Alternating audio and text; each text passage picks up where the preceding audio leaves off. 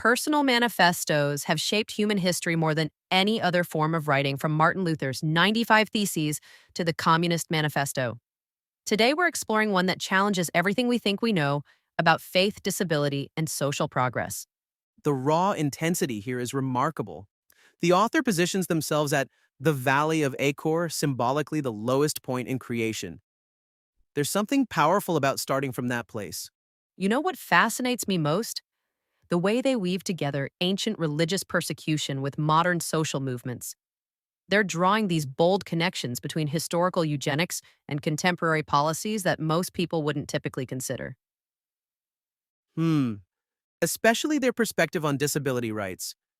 They're openly discussing their experiences with spina bifida and Tourette's syndrome to challenge what they see as systemic discrimination.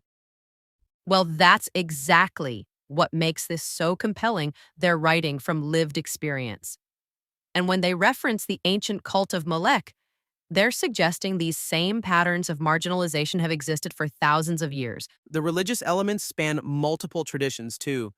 There are references to Moses, Jesus, and this fascinating concept of ihidaya from Syrian Christian traditions.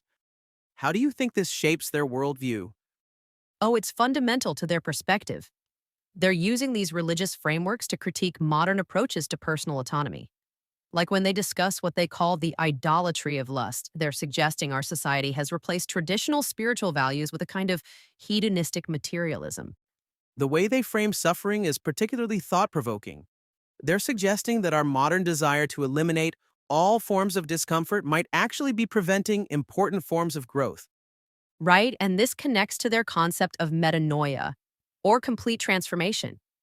They describe it almost as a form of death and rebirth. It's fascinating how they link personal transformation to larger social change. So, when they talk about love as a weapon against what they call the ancient enemy, they're proposing a kind of radical nonviolent resistance through spiritual means.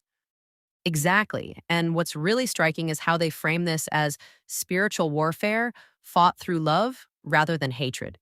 They're suggesting that the real battle isn't against people, but against destructive ideologies and systems. Like, You know what's particularly interesting? Their perspective on what they call the single life vocation and how they connect it to modern gender identity discussions. well, they're making this fascinating argument that by marginalizing traditional religious vocations, society has inadvertently contributed to what they see as confusion about identity and purpose. It's a pretty unique take on contemporary social issues. The writing style itself reminds me of ancient prophetic texts, that same sense of urgent moral responsibility.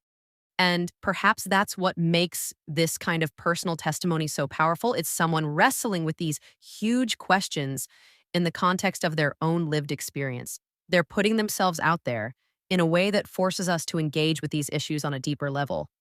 Even if we don't agree with all their conclusions, there's something valuable in understanding how these larger social and religious issues play out in individual lives. You know what this all comes down to? The reminder that behind every political and social debate, there are real people wrestling with these issues in profound and personal ways. It challenges us to approach these discussions with more empathy and nuance, even when we encounter perspectives that differ dramatically from our own.